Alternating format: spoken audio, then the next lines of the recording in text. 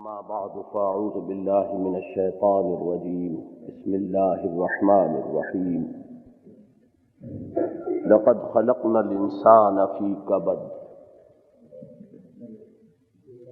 وقال تبارك وتعالى وما خلقت الجن والإنس إلا ليعبدون وقال تبارك وتعالى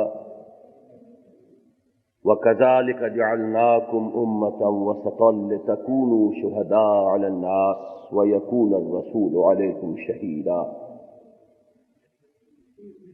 وقال تبارك وتعالى شرع لكم من الدين ما وصى به نوحا والذي أوحينا إليك وما وصينا به إبراهيم وموسى وعيسى أن أقيموا الدين ولا تتفرقوا فيه وقال تبارك وتعالى إنما المؤمنون الذين آمنوا بالله ورسوله ثم لم يرتابوا وجاهدوا بأموالهم وأنفسهم في سبيل الله أولئك هم الصادقون صدق الله العظيم وقال النبي صلى الله عليه وسلم آمركم بخمس بالجماعة والسمع والطاعة والهجرة والجهاد في سبيل الله او کما قال صلی اللہ علیہ وسلم۔ حضرات، آپ میں سے بہت سے لوگ ایسے ہوں گے کہ جو پہلی مرتبہ میری کسی تقریر کو بالمشافہ براہ راست سن رہے ہیں، اس لیے جو موقع ملا ہے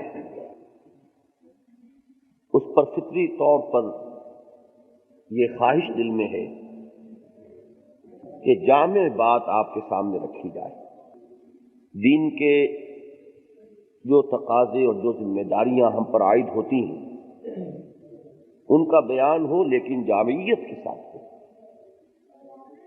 اگر تو کہیں ایسا ہو کہ ہفتے وار درس ہوتا ہو تو آدمی بات کو ٹکڑے ٹکڑے کر کے بھی بیان کر سکتا ہے، ایک بات پر آج گفتگو ہو گئی، ایک پر اگلے ہفتے ہو جائے، ایک پر اس سے اگلے ہو جائے، لیکن ظاہر بات ہے کہ ایسی کوئی شکل یہاں نہیں ہے۔ تو اس وقت میں یہ کوشش کروں گا کہ جو بھی تھوڑا بہت مطالعہ میرا ہے قرآن حکیم کا بالخصوص اور حدیث نبوی کا بھی جتنا کچھ ہے، اس سے جو میں سمجھا ہوں کہ دینی فرائض ہمارے کیا ہیں، ہماری ذمہ داریاں کیا ہیں، اسے میں حتی الامکان جامعیت کے ساتھ آپ کے سامنے رکھوں۔ میری اپنی کوشش بھی یہ ہوگی کہ تقریر میں لفاظی نہ ہو، جذباتیت نہ ہو، میں گن گن کر باتیں کرنا چاہتا ہوں تاکہ آپ بھی گن گن کر اسے یاد کریں۔ اس وقت اگر میری وہ بات دل کو لگے فبہا، لیکن وہ بات اس طرح ذہن میں رہے کہ بعد میں بھی آپ غور کر سکیں۔ تقریریں ایسی بھی ہوتی ہیں کہ دھواں دھار تقریر ہوئی، گھنٹوں پر پھیلی ہوئی، لطیفے بھی بیان ہوئے، ہنسنا بھی ہو گیا، کہیں رقت بھی طاری ہو گئی، رونا بھی ہو گیا، لیکن جب اٹھ کر گئے تو کچھ یاد نہ رہا کہ کیا بات تھی کہ جو سامنے آئی۔ اس قسم کی تقریریں کرنا بھی اور سننا بھی دونوں یہ ذہنی عیاشی، اللہ تعالیٰ اس سے ہمیں اپنی پناہ میں رکھے۔ تو میں یہ چاہوں گا کہ بات میں گن کر آپ کے سامنے رکھوں، گن کر آپ یاد کریں اور پھر بھی غور کریں اس پر۔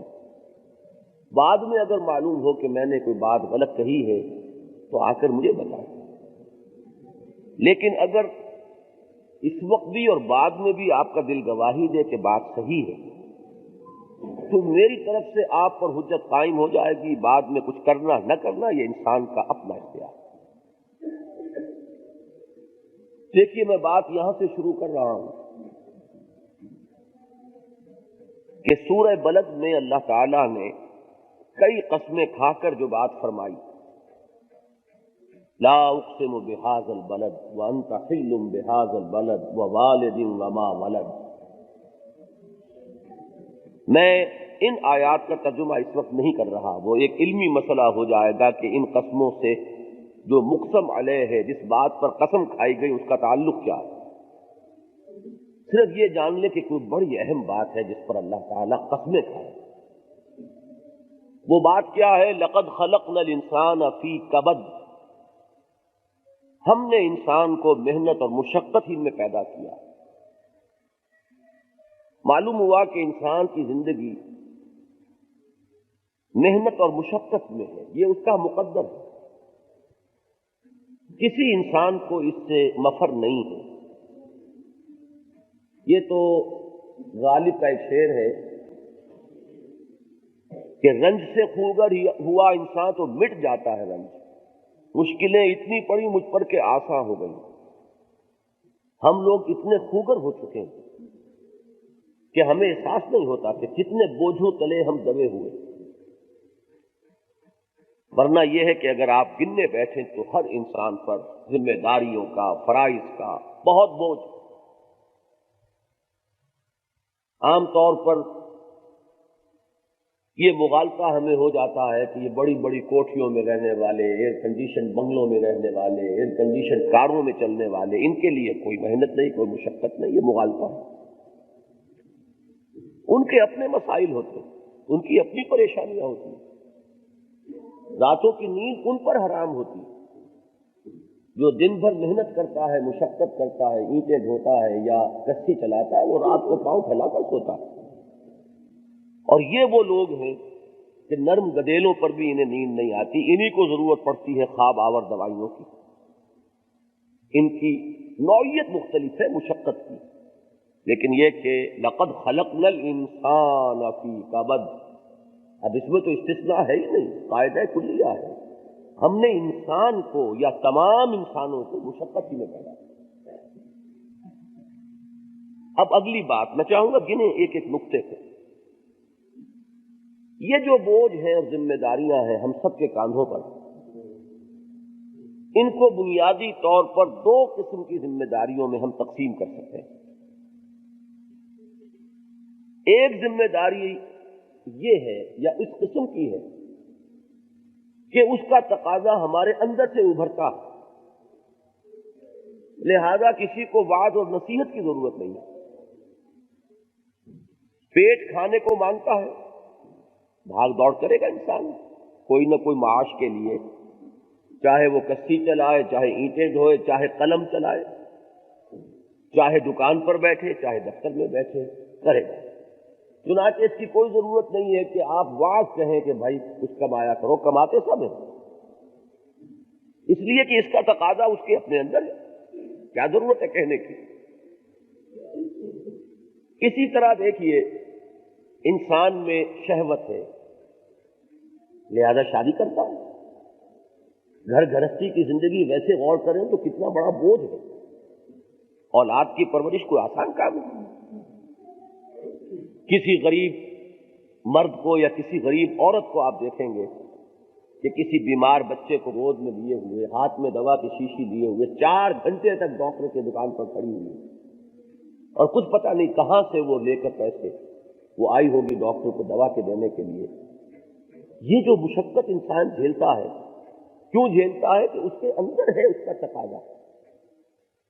اگر وہ تقاضا اندر نہ ہو تو لاکھ آپ واعظ کرتے کوئی شادی نہ کرتا، کتنی ہی تلقین کرتے، یہ بوجھ اٹھانے کو کبھی انسان تیار نہ ہوتا۔ یہ اٹھاتا ہے خود بخود، اس لیے کہ اندر تقاضا ہے۔ اسی طرح تن ڈھانپنا ہو یا کوئی مکان بنانا ہو، کبھی آپ نے واعظ کہا یا سنا کہ مکان ضرور بناؤ؟ ہر ایک بنائے گا، چاہے جھونپڑا بنائے، چاہے کچا مکان بنائے، چاہے پکا بنائے، بنگلہ بنائے، محل بنائے، بنائے گا ہی، اس لیے کہ یہ تقاضے انسان میں ہیں۔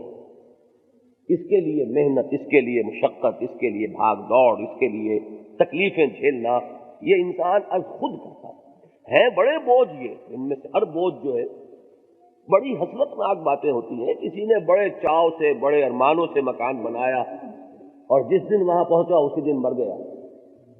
آپ اندازہ کیجئے کہ کتنی مشقت اس نے اٹھائی، لیکن اس مکان میں اسے ایک رات گزارنی نصیب نہ ہوئی. ایسا بھی ہوتا اور دیکھتے ہیں ایسے حادثے ہوتے ہیں. لیکن اس کے باوجود یہ سارے کام ہم کرتے ہیں. یہ جو میں نے تقاضے گنوائے یہ وہ ہیں کہ جن کے لیے کسی وعظ اور نصیحت کی ضرورت نہیں. اور اگر آپ یاد کریں گے روٹی کپڑا اور مکان، یہی تو بنیادی تقاضے ہیں. اس کا مادہ ہمارے اندر اتنا ہے کہ کوئی ذرا چھیڑ دے صحیح تو اس کے لیے تو ہم ہر شے کرنے کو تیار ہیں، اس لیے کہ اس کے لیے ہمارے اندر بارود ہے موجود، وہ تو صرف دکھلائی دکھانے کی ضرورت ہے. دوسری قسم ہمارے فرائض اور ذمہ داریوں کی وہ ہے کہ جس کے لیے ہمارے اپنے اندر کوئی تقاضا نہیں ہوتا، لہذا یاد دہانی کرانی پڑتی. اسے آپ وعظ کہیں، نصیحت کہیں، تذکیر کہیں، یاد دہانی کہیں، کرانا پڑتا. تو اتفاق سے وہ تقاضے بھی تین ہی ہیں. یہ تین کی طرح میری گردان ہوگی آج کی گفتگو میں. روٹی کپڑا اور مکان، یہ تین ہیں. وہ تقاضے بھی تین ہیں. وہ کون سے؟ ایک ہوتا ہے کسی بھی شخص کا جس ملک میں وہ رہتا ہو اس کی عزت اور سربلندی کے لیے محنت اور ایثار اور قربانی. وطن. ایک ہے جس قوم کا وہ فرد ہے، اس قوم کے عزت کے لیے، سربلندی کے لیے، آن کے لیے کوئی قربانی کرنا، کوئی محنت کرنا، کوئی کوشش کرنا. اور ایک ہے مذہب یا دین جس کا وہ پیرو ہے، اس کی طرف سے عائد شدہ ذمہ داریاں. یہ تین. دیکھیے جس قوم میں یہ مادہ نہیں رہتا کہ وہ اپنے وطن کو اپنی ذات سے مقدم رکھے، وہ وطن ذلیل ہو جائے. جب تک کہ اس ملک میں بسنے والوں کو یہ خیال نہیں ہوگا کہ میرا ذاتی مفاد پیچھے رہنا چاہیے، ملک کا مفاد آگے. جس قوم کے افراد میں یہ جذبہ ختم ہو جائے گا کہ وہ قومی مصلحتوں کو اپنی ذاتی مصلحتوں سے آگے رکھے، وہ قوم ذلیل ہو جائے گی. یہ دنیا کا بالکل ایک ایسا بے لچک اصول ہے. مولانا حالی نے فرمایا کہ تن آسانیاں چاہیں اور آبرو بھی، وہ قوم آج ڈوبے گی کہ کل نہ ڈوبے. اور ہمارا معاملہ یہ ہے پاکستان میں بسنے والوں کا کہ ہمارا جو سب سے بڑا المیہ ہے وہ یہ ہے کہ ہمارے اندر تو یہ وصف بھی موجود ہے. ہماری ایک بہت بڑی اکثریت وہ ہے جو ذاتی مفاد، ذاتی اغراض انہی کے گرد گھوم رہی ہے، انہی کا چکر ہے. میرا مکان، میری بلڈنگ، میری کار، میرا سامان، مجھے اس سے غرض نہیں کہ میں قوم کو بیچ کر لاؤں، اس لیے کہ لاؤں. ڈیفنس پرچیز ہو رہی ہوگی. ڈیفنس پرچیز کا کیا مطلب ہے؟ اسلحہ خریدا جا رہا ہے، اس میں بھی اگر رشوت لے لی گئی، کمیشن لے لیا گیا تو کچھ پتہ نہیں کریٹوں کے اندر کیا بھر کر دے دیا گیا. اور ہو سکتا ہے کہ عین کسی ایسے مرحلے پر جبکہ کوئی بہت ہی نازک مرحلہ ہو، جب کھولا جائے کریٹوں کو تو معلوم ہو کہ مطلوبہ شے نہیں یا ناقص ہے. اور ہو سکتا ہے وہی چیز پوری جنگ کا پاسا پلٹ، تو معلوم ہوا کہ جو شخص یہ حرکت کر رہا ہے وہ قوم اور وطن کو داؤ پر لگا رہا ہے. تو جن قوموں کے اندر یہ دونوں باتیں نہیں ہوں گی وہ قومیں ذلیل ہو جاتی ہیں. ہمارا معاملہ کیا ہے؟ اب ذرا غور کیجئے. ایک عجیب بات عرض کر رہا ہوں. ہم مسلمانان پاکستان کی ایک بہت بڑی خوش قسمتی تھی، ٹھیک کہہ رہا ہوں، ہے نہیں، ہم نے اسے بدقسمتی میں تبدیل کر دیا. یہ ہماری بہت بڑی خوش قسمتی تھی کہ ہمارے لیے یہ تینوں تقاضے ایک بن گئے تھے. اس لیے کہ ہمارا وطن بھی وہ ہے جو صرف مذہب کے نام پر قائم ہوا، اس کی کوئی جڑ بنیاد سوائے مذہب کے ہے ہی نہیں. باقی ہر اعتبار سے یہ ایک آرٹیفیشل ملک ہے، مصنوعی ملک ہے. اس کے لیے کوئی اور اساس نہیں اس کے استحکام کے سوائے دین و مذہب کے، بنا ہی مذہب کے نام پر ہے. پوری دنیا میں یہ مانا جاتا ہے کہ دو ملک ہیں جو مذہب کے نام پر بنے ہیں، ایک پاکستان، ایک اسرائیل۔ لیکن اگر زیادہ تجزیہ آپ کریں گے تو معلوم ہوگا کہ اسرائیل مذہب کی بنیاد پر نہیں بنا، غلط بات ہے یہ۔ یہودیت ایک قومیت ہے، ایک نسل کی بنیاد پر، وہ قومیت کی بنیاد پر بنا ہے۔ صرف مذہب کی بنیاد پر دنیا میں قائم ہونے والا صرف ایک ملک ہے اور وہ پاکستان۔ حضرت سلمان فارسی رضی اللہ تعالی عنہ سے کوئی پوچھتا تھا کیا نام ہے آپ کا، وہ فرماتے سلمان، لیکن عربوں کا مزاج یہ تھا کہ جب تک باپ کا نام ساتھ نہ بتائے تو نام تو پورا ہوا ہی نہیں۔ وہ پلٹ کر پوچھتے تھے سلمان کس کا بیٹا؟ تو وہ فرمایا کرتے تھے سلمان ابن اسلام، میری ولدیت اسلام ہے۔ یہ بات اس ملک پاکستان کے لیے 100% درست ہے۔ اس ملک کی ولدیت اسلام ہے، اس کے قیام کی بنیاد اسلام ہے، اس کا جواز صرف اسلام میں، ورنہ اگر یہ نہیں ہے تو اس ملک کے قائم رہنے کا کوئی جواز نہیں۔ اچھا آگے چلیے، ہماری قومیت بھی اسلام۔ دیکھیے کس قدر پیاری باتیں اقبال نے کہی ہیں۔ اسلام تیرا دیش ہے تو مستفی ہے، ہمارا وطن کیا ہے؟ اسلام ہے۔ بازو تیرا توحید کی قوت سے قوی ہے، اسلام تیرا دیش ہے تو مستفی ہے۔ یہ بات صرف مسلمانوں نے پاکستان کے لیے درست ہے کہ ہمارا دیش اسلام ہے۔ اسی طرح ہماری قومیت اپنی ملت پر قیاس اقوام مغرب سے نہ کر، خاص ہے ترکیب میں قوم رسول ہاشمی۔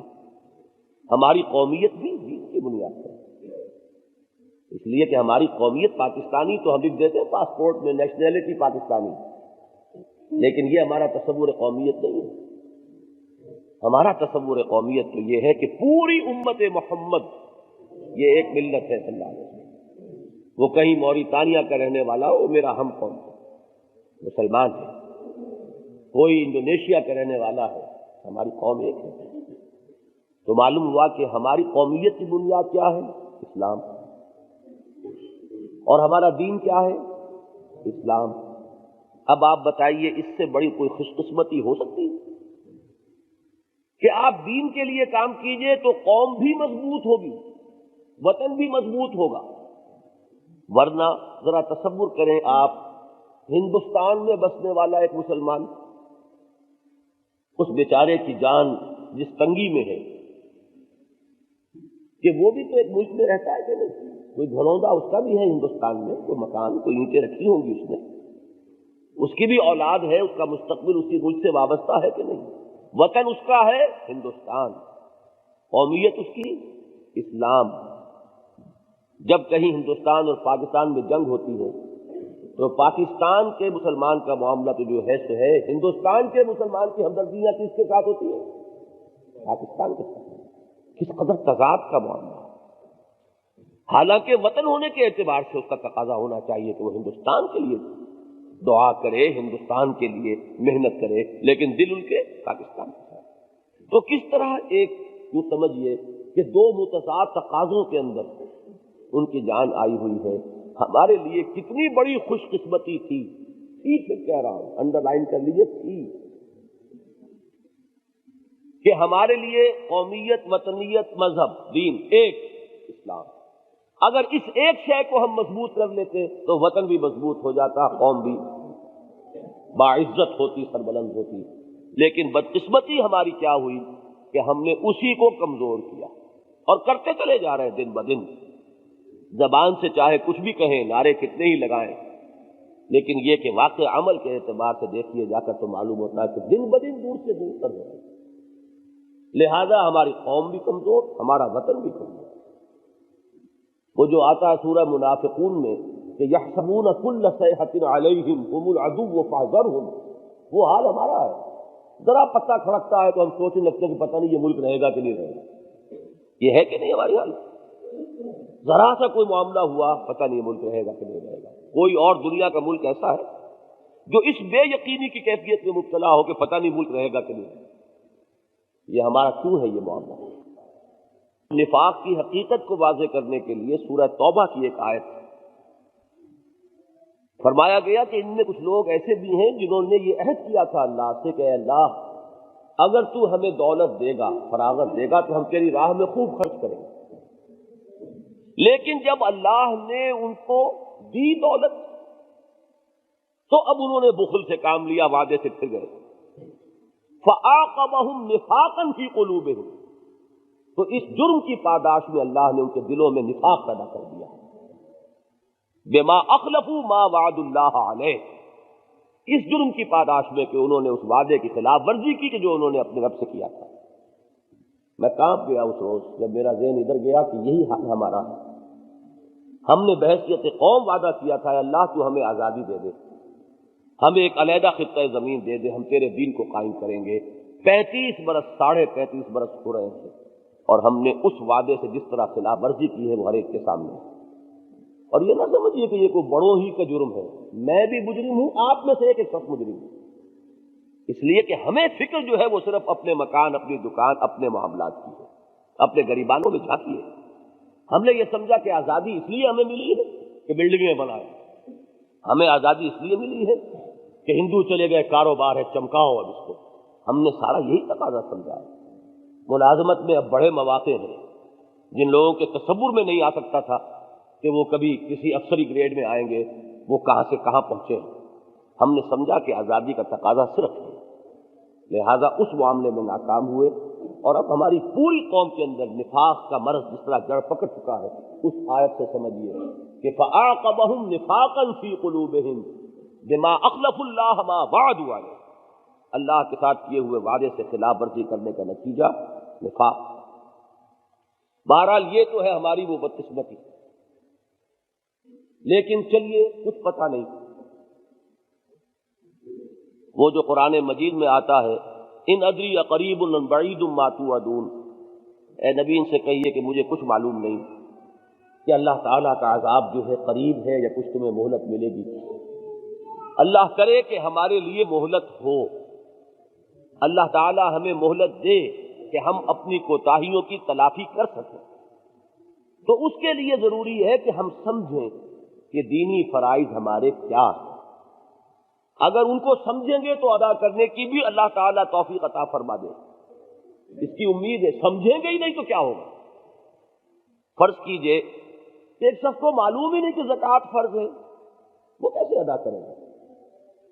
اگر معلوم ہے تو چلیے آج کوتاہی ہوئی تو کل تو امکان ہے کہ اس کا ضمیر جاگے، اس کا ایمان جو ہے اسے آمادہ کرے کہ زکوٰۃ ادا کرے، اسے پتہ ہی نہیں کہ زکوٰۃ فرض ہے۔ تو اسی طریقے سے اگر ہمارا دینی فرائض کا تصور ہی محدود ہو اور اس کا پورا نقشہ ہمارے سامنے نہ ہو تو اس کی ادائیگی کا کوئی امکان ہی نہیں۔ ہاں اگر تصور صحیح ہو جائے تو پھر اس کا امکان ہے کہ اللہ تعالیٰ سے ہم توفیق طلب کریں، اللہ ہمیں ہمت عطا فرمائے تو ہم اپنے ان فرائض کی ادائیگی کے لیے ارادہ کر لیں اور کمر ہمت کر لیں۔ اب یہاں پھر ایک 3 کا عدد لائیے سامنے۔ میرے نزدیک جو دین کے بنیادی تقاضے ہیں وہ 3 ہیں، اور 3 ہی شرائط ہیں ان تقاضوں کو ادا کرنے کی ثانوی درجے میں۔ 3 اور 3 6، لیکن علیحدہ علیحدہ کر لیجئے، 3 بنیادی ہیں اور 3 ان کے پورا کرنے کے لوازم۔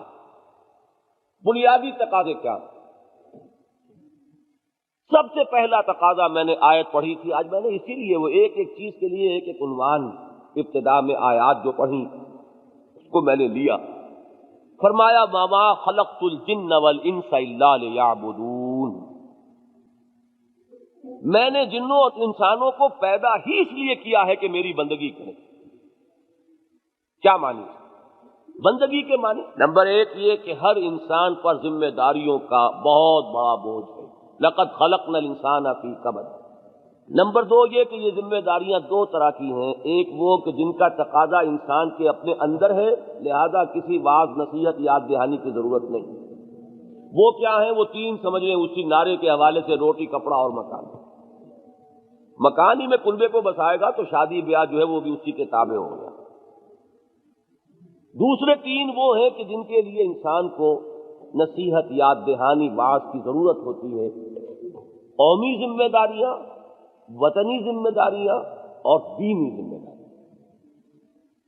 ہم مسلمانان پاکستان کی بڑی خوش قسمتی تھی کہ یہ تینوں ایک تھی، لیکن ہم نے اپنے اب تک کے طرز عمل سے اسے اپنی بہت بڑی بدقسمتی بنا لیا۔ اگر دین کا ہمارا تقاضا اور ہوتا، قومیت کی بنیاد اور ہوتی، تو چلیے دین کو مضبوط ہم نہ کرتے، قومیت کے لیے تو کوئی اور جڑ تھی نا، وہ ہے ہی نہیں ہمارے پاس۔ ترکوں کے پاس قومیت ہے، ترک نیشنلزم، ترک لینگویج، ایک زبان ایک نسل، ٹھیک ہے، وہ اس کے بل پر کھڑے رہ سکتے ہیں۔ ہمارے پاس کچھ نہیں ہے سوائے اسلام۔ تھی خوش قسمتی، بنایا بدقسمتی۔ اب میں آیا اس پر کہ اب ہم سوچیں کہ وہ ذمہ داریاں ہیں کیا، اور اس دعا کے ساتھ کہ اللہ تعالی ہمیں ان کو ادا کرنے کی توفیق دے، ہمیں پہلے سمجھنا۔ میں نے عرض کیا کہ وہ بھی تین ہیں بنیادی ذمہ داریاں۔ ایک، اللہ کے بندے بنو، کیا مانی؟ اس کا ہر حکم مانو، اس کے حلال کی ہوئی چیزوں اور راستوں پر اکتفا کرو، حرام کا رخ نہ کرو۔ بندہ غلام کون ہوتا؟ جو اپنے آقا کا تابع فرمان۔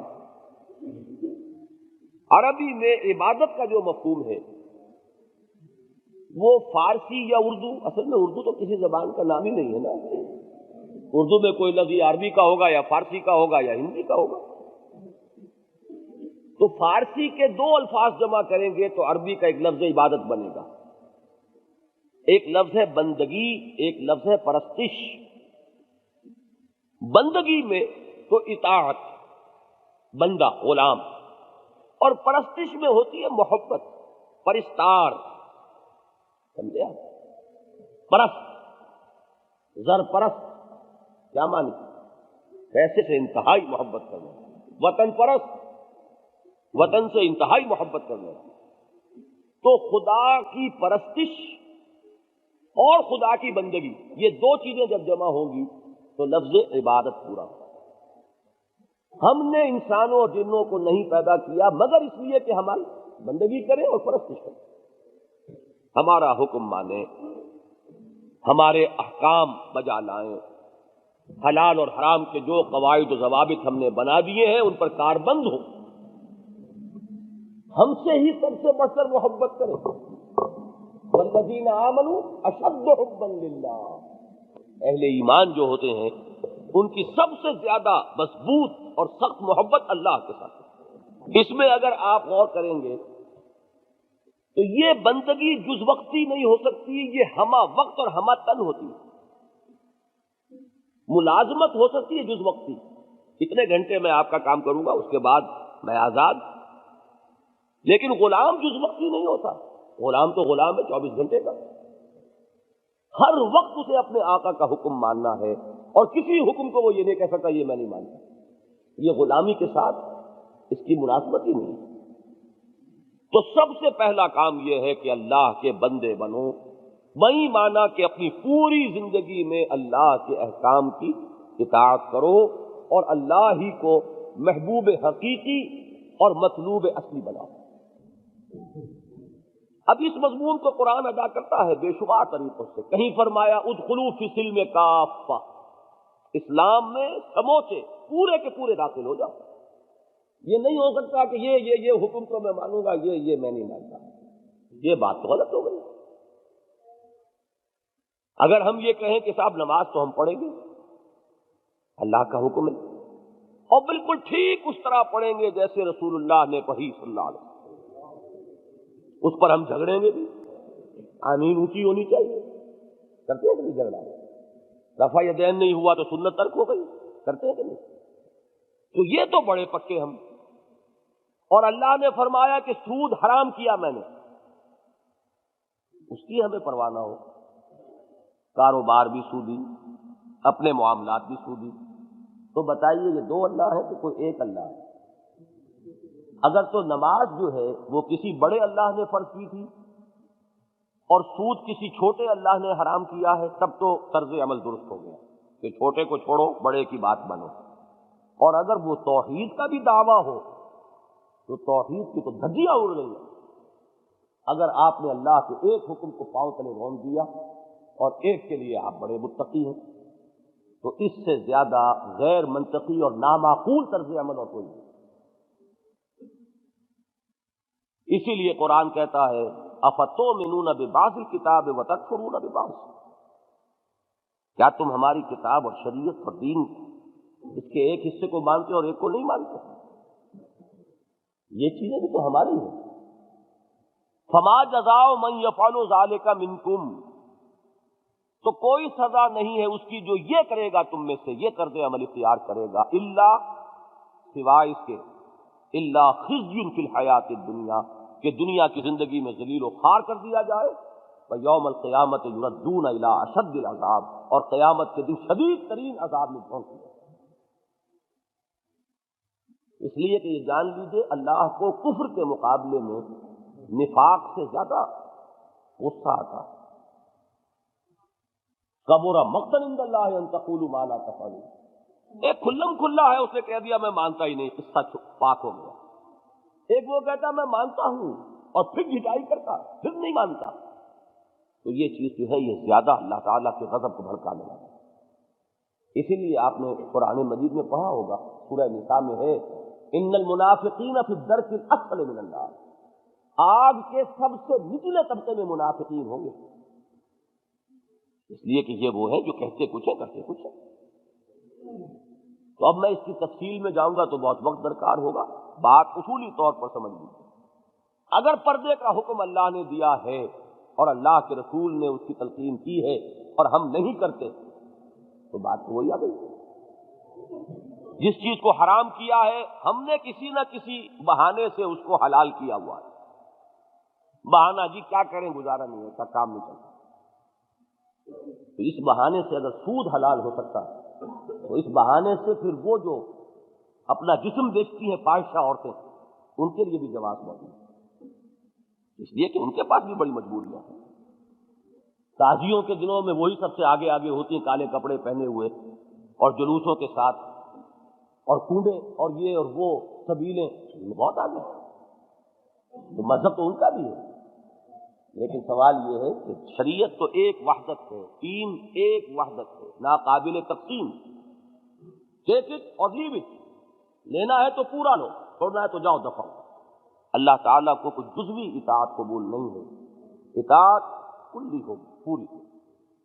کبھی خطا ہو جائے تو اور بات ہے، لغزش ہوتی ہے نا، پاؤں پھسل گیا، آپ چل رہے ہیں سڑک پر، کہیں پھسلن تھی گر گئے، لیکن کیا کبھی آپ نے دیکھا ہے کہ کوئی گرنے کے بعد وہیں پڑا رہے؟ فوراً اٹھتا۔ کوئی ہڈی ٹوٹ جائے تو بات اور ہے کہ اس کو کوئی اور پکڑ کے اٹھائے، ورنہ آدمی بجلی کی تیزی کے ساتھ اٹھتا ہے فوراً۔ یہی معاملہ توبہ کا ہے، خطا ہو گئی یتوبون من قریب، فوراً اللہ کی طرف رجوع کرتا ہے انسان، اے اللہ خطا ہوئی معاف فرما دے۔ مستقل ڈیرا اگر کسی ایک برائی پر لگ گیا تو وہی آپ کی ساری نیکی کو ختم کر دینے کے لیے کھاتا ہے۔ میں بڑی کھلی کھلی باتیں کر رہا ہوں۔ بلا من کسب سیئۃ واحاطت بہ خطیئتہ فاولئک اصحاب النار هم فیہا خالدون، کسی نے جان بوجھ کر اگر ایک برائی کو بھی اپنا لیا اور اسی کی خطا نے اس کے گرد احاطہ کر لیا تو وہ جہنمی ہے، اور جہنمی بھی نکلنے والا نہیں، اولئک وہ آگ میں رہیں گے، ان فیہا خالدون، ہمیشہ۔ تو پہلا تقاضا تو یہ ہوا بندے بنو، اعبدوا ربکم، اور یہ بندگی اللہ کی محبت کے جذبے سے سرشار۔ اب آئیے اگلا دوسرا، یہ ممبر کی کتنی سیڑھیاں ہیں آپ کی؟ 3 ہی ہیں، پہلی پہ آئیں ابھی ہم، یہی بہت کٹھن ہے، آسان نہیں ہے، اس لیے کہ اس میں اپنے نفس کے ساتھ بڑی کشمکش کرنی پڑتی ہے۔ دوسرا تقاضا کیا ہے؟ اصل میں اس پہلے تقاضے کو آپ اپنے ذہن میں یہ رکھیے کہ یہ ہمارے کلمہ طیبہ کے پہلے جز سے اس کا تعلق ہے، لا الہ الا اللہ۔ کیا معنی؟ ہمارا اس کا تقاضا کیا ہوگا؟ اللہ کے بندے بنو۔ دوسرا جز کیا ہے؟ محمد الرسول اللہ صلی اللہ علیہ وسلم، اس کا ایک اور تقاضا آیا۔ وہ تقاضا وہ ذہن میں نہ لائیے رسول کی اطاعت، وہ نہیں، رسول کی اطاعت تو پہلے آ گئی، کیونکہ اللہ کی اطاعت کرو گے کیسے؟ بغیر رسول کی اطاعت کے تو اللہ کی اطاعت ہے ہی نہیں۔ حلال اور حرام کس نے بتایا؟ رسول نے بتایا۔ لہذا وہ اطاعت رسول کو تو وہیں ادھر شامل کر لیجیے اطاعت الہی کے ساتھ۔ یہ تقاضا کچھ اور ہے جو میں اب بیان کر رہا ہوں۔ وہ تقاضا جو ہے وہ یہ ہے کہ اللہ نے اپنی ہدایت اور اپنے دین کو محمد پر کامل کر دیا صلی اللہ علیہ وسلم۔ ہدایت کامل ہوئی قرآن پر اور اس کو محفوظ کر دیا، اور پھر حضور پر نبوت کو ختم کر دیا۔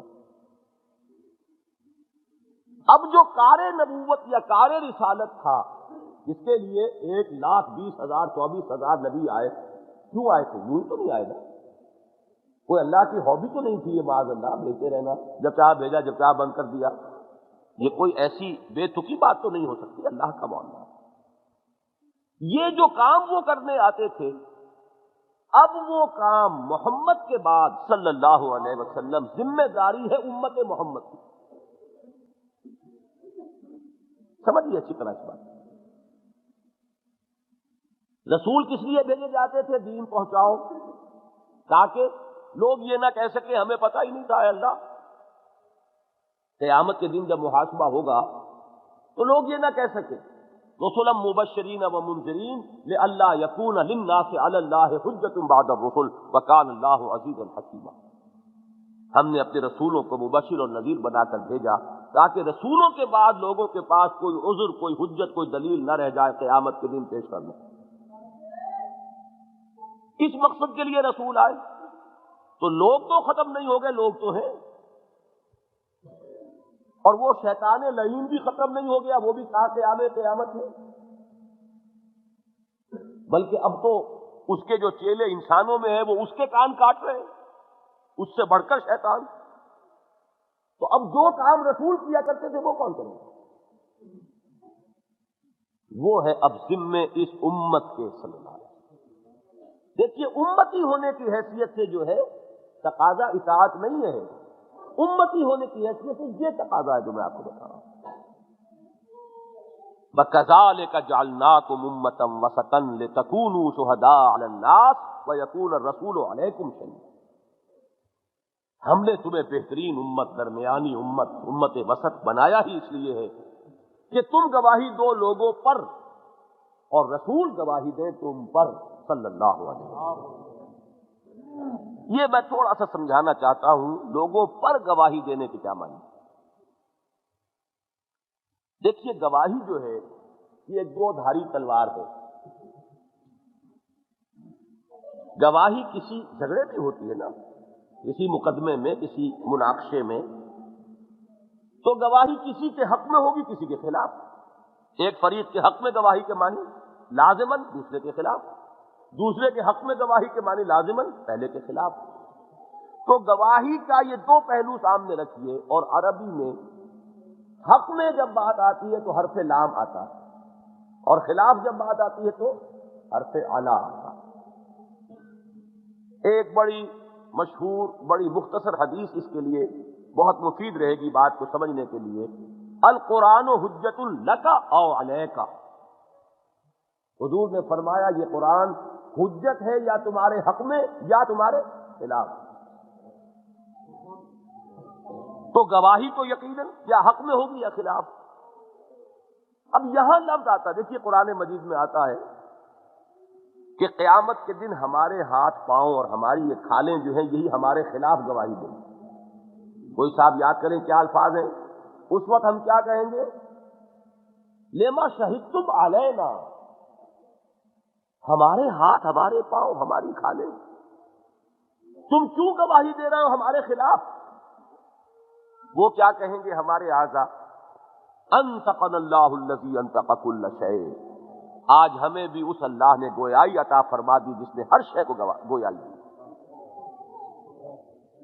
تو میں یہ صرف بیان، بھائی رہنے دو میاں، بیٹھو، یہ پتہ نہیں کہاں سے ٹیپ ریکارڈروں کا معاملہ آ گیا، سنتے ہیں نہیں۔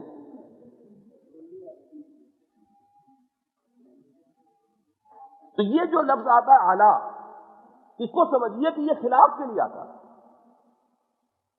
اس کے لیے یہ بات جانیے کہ قیامت کے دن ہر امت پر اس کا رسول گواہی دے گا کھڑا ہو کر کہ اے اللہ تیرا دین جو مجھ تک آیا تھا میں نے پہنچا دیا تھا، اب یہ ذمہ دار ہے۔ یہ گواہی حق میں ہے کہ خلاف پڑے گی؟ خلاف۔ اس کو سمجھیے، مثال کو آپ اپنے کسی عزیز کو پیغام بھیجتے ہیں کہ کل شام تک یہ کام ضرور ہو جائے ورنہ بڑا نقصان ہو جائے گا، ٹھیک ہے؟ کام نہیں ہوا، نقصان ہو گیا، آپ کو غصہ آ رہا ہے، پیچ و تاب۔ اب تحقیق آپ کیا کریں گے؟ آیا اس پیغام پہنچانے والے نے پیغام ہی نہیں پہنچایا، یا اس نے تو پہنچا دیا اس نے کام نہیں کیا عزیز نے؟ دو ہی چیزیں ممکن ہیں۔ اگر پیغام پہنچا ہی نہیں تو وہ آپ کا عزیز ایک جملہ کہے گا اور فارغ ہو جائے گا، بھائی مجھے تو آپ کا پیغام ملا ہی نہیں۔ اب آپ کچھ اور کہہ سکتے ہیں؟ کوئی شکوہ، کوئی گلا، کوئی شکایت، کوئی غصہ، ختم۔ ایک جملہ کافی ہے، مجھے تو پیغام ملا نہیں۔ سارا غصہ کس پر آئے گا؟ اس پیغام بر پر کے بھلے آدمی، تمہارے ہاتھ میں نے پیغام بھیجا، سارا غصہ اس پر اتاریں گے۔ اچھا اگر اس نے پہنچا دیا تو وہ ایک جملہ کہہ کے فارغ، بھائی میں نے تو پیغام پہنچا دیا تھا۔ اب آپ اس سے کوئی گلا کر سکتے ہیں؟ اب غصہ کس پر آئے گا؟ جس سے پیغام پہنچ گیا اس نے کام کیا۔ بس یہاں سے پیغام بھیجنے والا کون ہے؟ اللہ۔ پیغامبر میں سے ایک الف نکال دیں تو کیا بنے گا؟ پیغمبر۔ اور انسان جن کی طرف بھیجا پیغام، یہ تین وہی فریق ہو گئے۔ اب اللہ تعالیٰ قیامت میں حساب لے گا۔ سورہ اعراف کا پہلا رکوع ہے فَلَنَسْأَلَنَّ الَّذِينَ أُرْسِلَ إِلَيْهِمْ وَلَنَسْأَلَنَّ الْمُرْسَلِينَ۔ ہم پوچھ کر رہیں گے ان سے بھی کہ جن کی طرف ہم نے رسولوں کو بھیجا، اور ہم پوچھیں گے رسولوں سے بھی۔ اگر بالفرض رسول نہ پہنچائیں تو مجرم کون؟ رسول۔ لوگ تو چھوٹ جائیں گے، اور رسول پہنچا دیں تو اب مجرم کون؟ لوگ۔ یہ ہے وہ مسئلہ، چھوٹا سا اگر سمجھ لیں تو بات آئے گی سمجھ میں۔ سورہ نساء میں فرمایا فَكَيْفَ إِذَا جِئْنَا مِنْ كُلِّ أُمَّةٍ بِشَهِيدٍ وَجِئْنَا بِكَ عَلَىٰ هَٰؤُلَاءِ شَهِيدًا۔ وہ دن کیسا ہوگا جب ہم ہر امت پر ایک گواہ کھڑا کریں گے ان میں سے، اور اے محمد آپ کو گواہ بنا کر کھڑا کریں گے ان کے خلاف۔ حضور کی آنکھوں سے آنسو رواں ہو گئے تھے۔ حضرت عبداللہ ابن مسعود یہ بیان کرتے ہیں واقعہ کہ حضور نے ایک مرتبہ فرمایا مجھے قرآن سناؤ، تو میں نے عرض کیا حضور آپ کو سناؤں؟ آپ پر تو قرآن نازل ہوا ہے۔ آپ نے فرمایا کہ ہاں، لیکن مجھے کسی اور سے سن کر اور کیفیت اور حظ حاصل ہوتا۔ اب امتثال امر حکم ہے، الامر فوق الادب۔ انہوں نے پڑھنا شروع کیا، گردن جھکائے ہوئے پڑھ رہے ہیں۔ سورہ نساء پہلی آیت سے شروع کی۔ چشم تصور سے دیکھیے، محفل لگی ہوئی ہوگی، محمد الرسول اللہ صلی اللہ علیہ وسلم تشریف فرما ہوں گے، عبداللہ ابن مسعود قرآن شریف پڑھ رہے ہیں۔ جب اس آیت پر پہنچ گئی، آیت نمبر 41 ہے سورہ نساء کی، فَكَيْفَ إِذَا جِئْنَا مِنْ كُلِّ أُمَّةٍ بِشَهِيدٍ وَجِئْنَا بِكَ عَلَىٰ هَٰؤُلَاءِ شَهِيدًا۔ حضور نے فرمایا حسبک حسبک، بس کرو بس کرو۔ اور حضرت عبداللہ ابن مسعود فرماتے ہیں کہ میں نے جو نگاہ اٹھا کر دیکھا تو حضور کی آنکھوں سے آنسو روا۔ ہم شفاعت کے امیدوار ہیں، وہاں ہو سکتا ہے کہ حضور ہمارے خلاف استغاثہ لے کر آئے، جس طرح کسی مقدمے میں سرکاری گواہ کھڑا ہوتا ہے۔ یہ ہے سبب۔ آپ سوچیے، اب ایک نقشہ اور دیکھ لیجئے سیرت النبی سے۔ ان احادیث کا فائدہ تو یہ ہوتا ہے کہ کچھ تھوڑی دیر کے لیے ہم بھی حضور کی صحبت میں پہنچ جاتے ہیں۔ ایک کیفیت آئی ہے۔ خطبہ حجۃ الوداع، خطبہ ارشاد فرمایا، آخر میں ایک سوال کیا، الا هل بلغت، لوگوں میں نے پہنچا دیا کہ نہیں؟ پورے مجمع نے بیک زبان کہا انا نشهد انك قد بلغت واديت ونصحت۔ بعض جگہ الفاظ اور آئے ہیں، انا نشهد انك بلغت الرسالة واديت الامانة ونصحت الامة وكشفت الغمة۔ حضور ہم گواہ ہیں، آپ نے رسالت کی ادائیگی فرما دی، آپ نے امانت کا حق ادا کر دیا۔ امانت تھی نا، پیغام اللہ کے پاس سے آیا تھا انسانوں کے لیے، قول ثقیل، انا سنلقی علیک قولا ثقیلا، یہ امانت۔ آپ نے امانت کا حق ادا کر دیا، آپ نے امت کی خیر خواہی کا حق ادا کر دیا، آپ نے گمراہیوں کی تاریکیوں کے بادل کے پردے چاک کر دیے۔ 3 دفعہ سوال کیا، 3 دفعہ جواب لیا۔ اس کے بعد ایک بات تو اللہ کی جناب نے عرض کی، اللہم اشہد، اللہم اشہد، اور انگشت شہادت سے اشارہ کیا، پہلے آسمان کی طرف پھر لوگوں کی طرف، اللہم اشہد، اللہم اشہد، اللہم اشہد، اے اللہ تو بھی گواہ ہے، یہ مان رہے ہیں کہ میں نے پہنچا دیا۔ اور اس کے بعد آپ نے فرمایا فَلْيُبَلِّغِ الشَّاهِدُ الْغَائِبَ، اب پہنچائیں وہ جو یہاں ہیں ان کو جو یہاں نہیں ہے۔ اگر تو میں ہوتا صرف تمہارے لیے رسول تو کام پورا ہو گیا، اور اگر میں ہوں رسول پوری دنیا کے لیے تو کیا کام پورا ہو گیا؟ سوچئے، میری زبان جو ہے ذرا رکتی ہے یہ کہتے ہوئے کہ کام پورا نہیں ہوا۔ مجھے اس میں پناہ مل جاتی ہے، ایک شعر ہے اقبال کا، تعبیر بڑی خوبصورت ہے کہ وقت فرصت ہے کہاں، کام ابھی باقی ہے، نور توحید کا اتمام ابھی باقی ہے۔ جب تک پورے کرۂ ارضی پر اللہ کا یہ دین اور اللہ کی یہ ہدایت اسی طرح عام نہیں ہوتی، اس وقت تک فرض منصبی پورا کہاں ہوا۔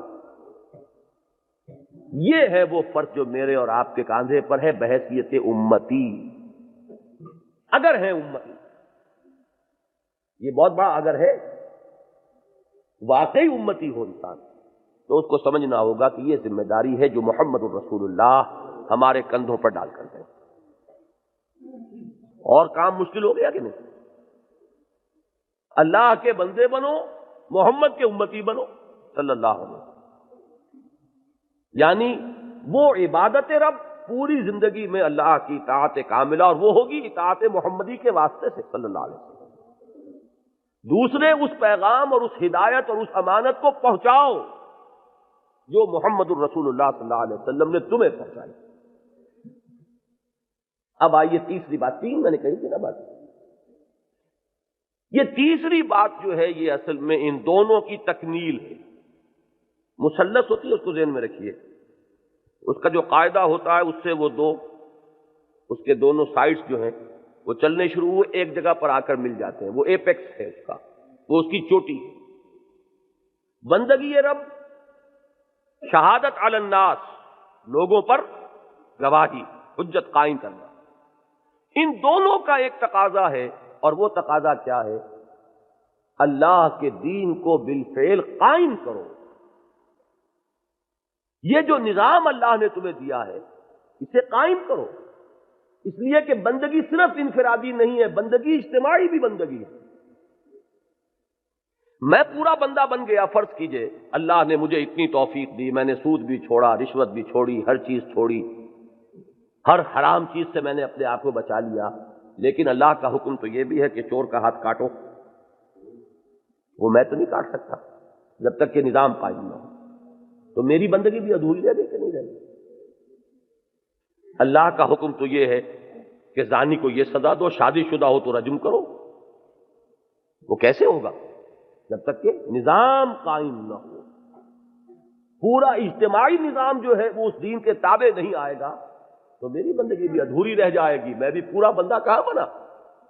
اللہ کے تمام احکام کی تنفیذ تو اسی وقت ہوگی جبکہ وہ حکومت قائم ہو اللہ کی، جس میں مانا جائے کہ اللہ ہی کا حکم سپریم ہے، اس طرح نہیں جیسے اس وقت مان رہے ہیں، ایک شرعی عدالت بنا دی لیکن اس کا دائرہ کار بڑا محدود، یہ چیزیں ادھر نہیں تم جا سکتے، یہ مسئلہ نہیں سن سکتے، آئلی قوانین بھی نہیں سن سکتے، آئلی قوانین جسے انگریز تک نے نہیں چھیڑا تھا، انگریز نے آ کر کبھی ہمارے پرسنل لاء میں دخل نہیں دیا، وہ بھی ہمارے ہاں بدلے گئے۔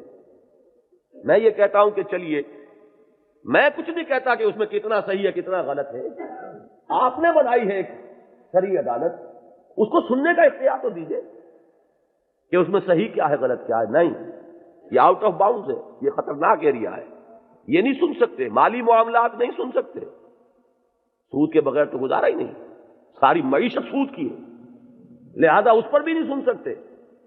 تو وہ کچھ ایسے قوانین بیٹھ کے بیچارے وہ سوچتے رہتے ہیں جس کی کوئی اہمیت نہیں ہوتی، گنوا دیتے ہیں اتنے قوانین ہم نے دیکھ لیے ہیں کہ وہ اسلام کے مطابق ہیں کہ نہیں ہے، لیکن یہ کہ یہ ایریاز آؤٹ آف باؤنڈ، یہ نہیں۔ دین تو اس وقت ہوگا، اب دیکھیے آیت سنیے، وَقَاتِلُوهُمْ حَتَّى لَا تَكُونَ فِتْنَةٌ وَيَكُونَ الدِّينُ كُلُّهُ لِلَّهِ، یہ کل پر زور، دین کل کا کل اللہ کے لیے ہو، ایک حصے میں مان لیا ایک میں نہیں تو وہ تو وہی بات ہو گئی۔ جیسے ایک فرد جو ہے نماز تو پڑھ رہا ہے اور 16 آنے صحیح پڑھ رہا ہے، سود کو حرام نہیں سمجھ رہا، یا یہ کہ حرام سمجھتے ہوئے بھی کر رہا ہے، تو اس نے شریعت کے 2 حصے کر دیے، کچھ مانا کچھ نہیں مانا۔ اجتماعی سطح پر یہی بات ہوگی کہ ہم کچھ حصے کچھ قوانین اللہ کے شریعت کے ماننے کو تیار ہیں، کچھ نہیں مانتے، وہ تو وہی بات ہوگی۔ افتؤمنون ببعض الکتاب وتکفرون ببعض فما جزاء من يفعل ذلك منكم الا خزي في الحیاۃ الدنیا ویوم القیامۃ یردون الی اشد العذاب۔ تو دین تو کل کا کل مانو، پھر میں وہی کہوں گا ٹیک اٹ اور لیو اٹ، قبول کرنا ہے پورا قبول کرو، ورنہ چھوڑو دفع ہو جاؤ۔ اللہ کو کوئی احتیاج نہیں ہے، کوئی غرض نہیں ہے اللہ کی، اس کا کوئی کام اٹکا ہوا نہیں ہے کہ تم نہیں مانو گے چلو 20% ہی مان لیں، کچھ تو مانے، اللہ کو اس کی کوئی غرض نہیں، مانو تو پورا مانو۔ تو یہ کیسے ہوگا جب تک کہ دین کو قائم نہ کریں؟ ان نقیم الدین، میں نے وہ آیت پڑھی تھی،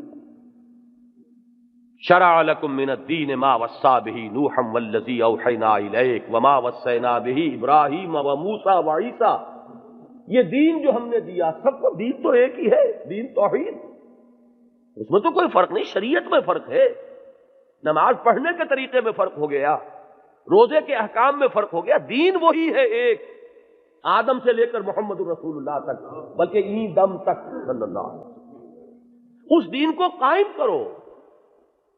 وہ دین اگر پامال ہے، دیکھیے وہ حالی کے اشعار ہیں تو وہ ایک مناجات کی شکل میں، لیکن جو بات کہی ہے وہ کتنی صحیح ہے کہ اے خاصہ خاصان رسول وقت دعا ہے، امت پہ تیری آ کے عجب وقت پڑا ہے، وہ دین جو بڑی شان سے نکلا تھا وطن سے پردیس میں، وہ آج غریب الغربا۔ تو عبادت کا تقاضا بھی پورا ہوگا اقامت دین پر جا کر، اور شہادت کا تقاضا بھی پورا ہوگا اقامت دین پر۔ کیوں؟ یہ بھی سمجھ لیجئے، ایک تبلیغ ہے قولی، ایک تبلیغ ہے عملی۔ آپ کہتے ہیں کسی سے نماز پڑھا کرو اور خود نہیں پڑھتے، تو ہوگا کوئی آپ کی بات کا اثر؟ معلوم یہ ہوا اسی لیے تو رسولوں کو بھیجا انسانوں میں سے کہ وہ عمل کر کے دکھا دے، تب حجت قائم ہوگی کہ دیکھو مجھے بھی پیٹ لگا ہوا ہے لیکن میں اس دین پر عمل کر رہا ہوں، میری بھی اولاد ہے، گھر گرستی کی زندگی ہے، 9 ازواج مطہرات ہیں، اس کے بعد میرا معاملہ یہ، تب تو حجت قائم ہوئی۔ اور فرشتہ ہو تو کوئی حجت ہی قائم نہیں، اسے تو پیٹ ہی لگا ہوا نہیں ہے، یہ اگر سچ بولتا ہے تو اس کو کیا ہے، اور اس کو تو کوئی اور انسانی بشری تقاضا ہی نہیں ہے، تو یہ اگر اس کا دامن پاک ہے تو کون سا کمال ہے؟ دامن تو تب پاک ہو جبکہ وہ سارے تقاضے لگے ہوئے ہوں اور پھر پاک رہے۔ درمیانے قارے دریا تختہ بندم کر دئی، بعد میں گوئی کے دامن تر مکن ہوشیار باش، تب حجت قائم ہوئی کہ یہ دین واقعتاً قابل عمل ہے، ایک بشر نے اس پر عمل کر کے دکھایا، اسی لیے بھیجا۔ سورہ بنی اسرائیل میں فرمایا نا کہ اگر زمین میں فرشتے آباد ہوتے تو ہم فرشتہ ہی بھیجتے رسول بنا کر، زمین میں انسان آباد ہے تو انسان بھیجا ہم نے، انسانوں پر تو حجت انسان قائم کرے گا، فرشتے سے حجت قائم نہیں ہوگی۔ اسی حجت کے قائم کرنے کو یوں سمجھیے کہ آپ دنیا میں کہیں ہمارا دین بہت اعلیٰ، ہمارا نظام بہت اچھا، اور خود اس پر عمل کر کے نہ دکھائیں تو حجت تو قائم نہیں ہوئی۔ لوگ کہیں گے نا کہ ایسے ہی اگر تمہارا دین بہت اچھا ہے، تم واقعی سمجھتے تو خود کیوں نہیں اس پر قائم ہوتے؟ باقاعدہ واقعہ ہوا ہے یہ آج سے 60 سال پہلے، مولانا عبید اللہ سندھی جب گئے ہیں ہندوستان سے ہجرت کر کے، پہلے افغانستان پھر رشیا، وہاں وہ تازہ انقلاب آیا تھا، 1919 کا ہے نا یہ بولشوک ریولیوشن، 1919 کا، تو تازہ انقلاب آیا تھا۔ انہوں نے سوچا اس وقت اگر میں انہیں بتا دوں کہ بہتر نظام اسلام کا ہے تو ہو سکتا ہے یہ اس کو قبول کر لیں. دیکھیں نا، ایک سابقہ نظام تو ٹوٹ گیا، پھوٹ گیا، زار کا نظام، ملوکیت کا نظام تو ختم ہو گیا نا. اب یہاں نئی تعمیر کرنی ہے تو اس موقع پر اگر بتا دیا جائے کہ ہمارے پاس بہتر نظام ہے تمہارے سے، اور اگر وہ مان لیں تو وہ اس کو قبول کر لیں گے. لہذا لینن سے ملاقات کی خواہش کی. لینن تھا اس وقت ڈیتھ بیڈ پر، مرض الموت میں مبتلا تھا. اس نے کہا کہ میں تو نہیں مل سکتا، ٹروٹسکی سے بات کر لی گئی. یہ ٹروٹسکی جو ہے یہ اسٹالن سے زیادہ سینئر شخص تھا، لیکن اسٹالن جو ہے بڑا سازشی تھا، ٹروٹسکی کو ہٹا کر وہ آیا. ٹروٹسکی سے مولانا عبید اللہ سندھی کی کئی گھنٹے کی ملاقات ہوئی. سارا انہوں نے بتایا اسلام ایسا ہے، اسلام ایسا ہے، اسلام میں یہ. اس نے ایک جملہ کیا کہ مولانا آپ نے اپنا یہ نظام کہیں قائم کیا ہے؟ تو مولانا عبید اللہ سندھی کہتے ہیں کہ میری گردن جو جھکی ہے میں اس سے آنکھیں پھر ملا نہیں سکا. ایسا ہی اعلیٰ نظام ہے تو اپنے گھر میں کیوں قائم نہیں کرتے؟ ایسا ہی بہت اچھا تمہارے پاس نظام ہے تو اپنے قوم والوں کو وہ اچھا نہیں لگتا تمہارے لیے؟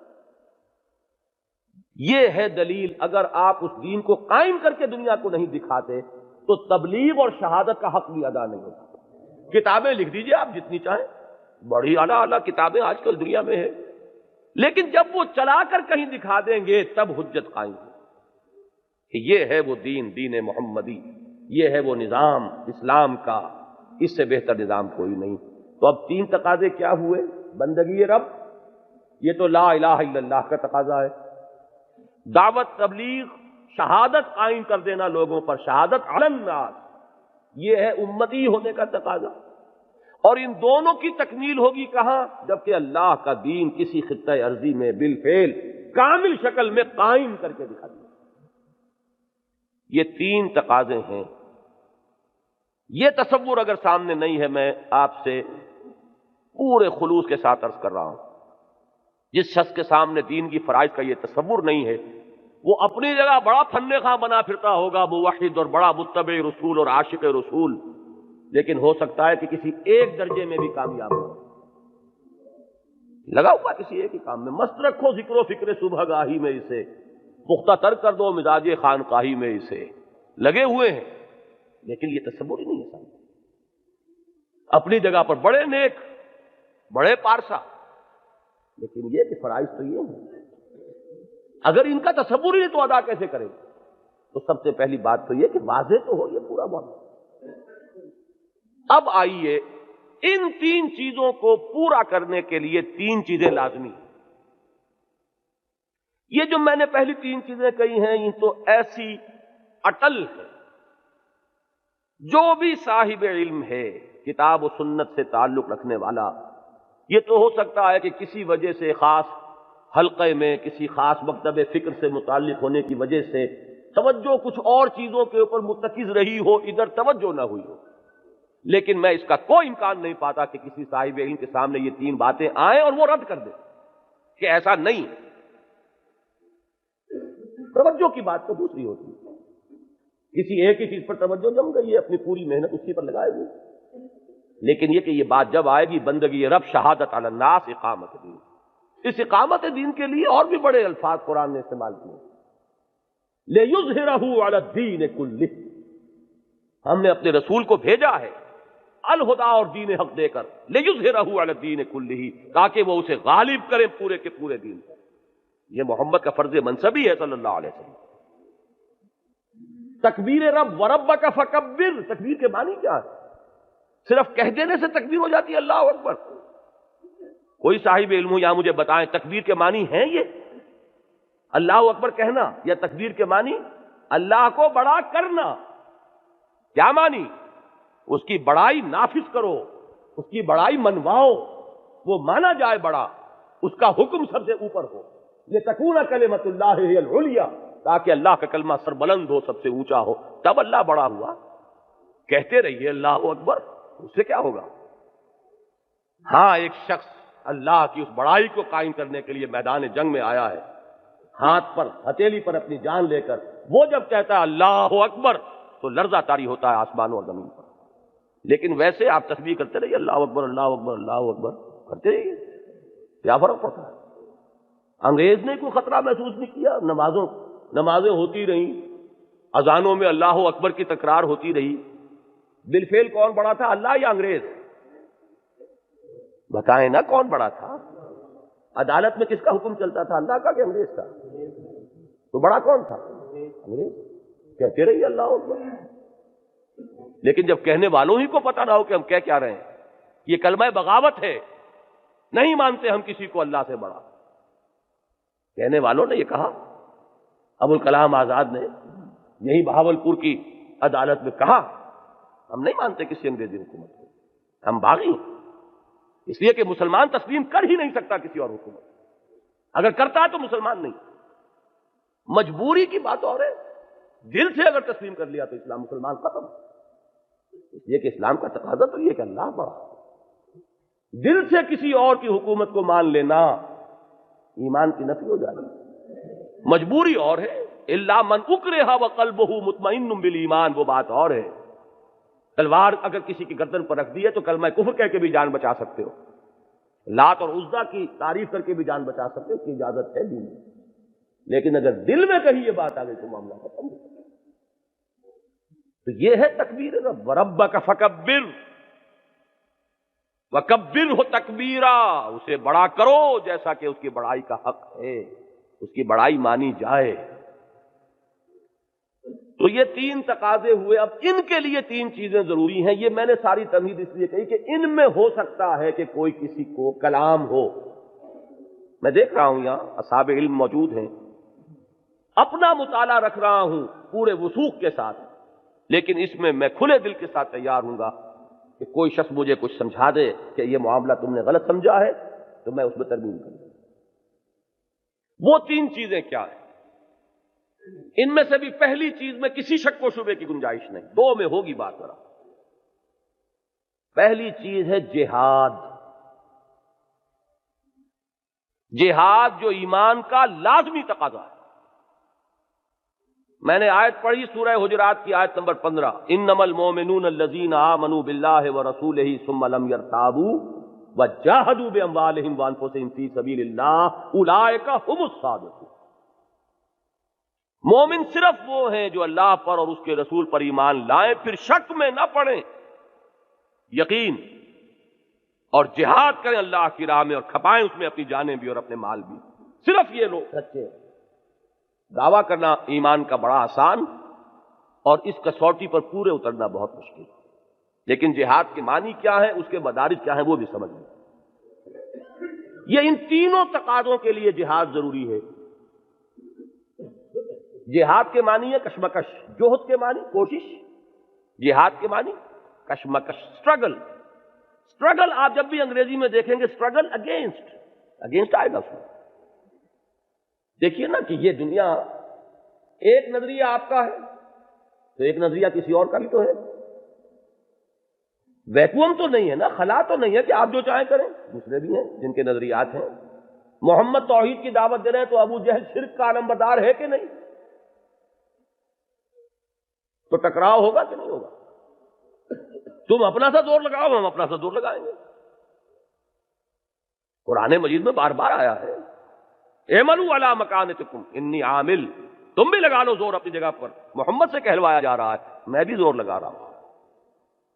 تم اپنے اس نظام باطل کو، اس دین باطل کو محفوظ رکھنے کے لیے جتنا زور لگا سکتے ہو لگا لو۔ اعملوا علی مکانتکم انی عامل۔ ٹکراؤ تو ہے، تو جہاد کے معنی کیا ہے؟ ٹکراؤ، کشمکش، تصادم، پنجہ آزمائی، یہ جہاد ہے۔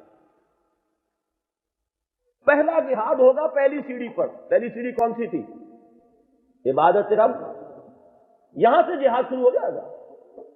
یہ جہاد کون سا ہے؟ نفس سے جہاد، مجاہد مع النفس۔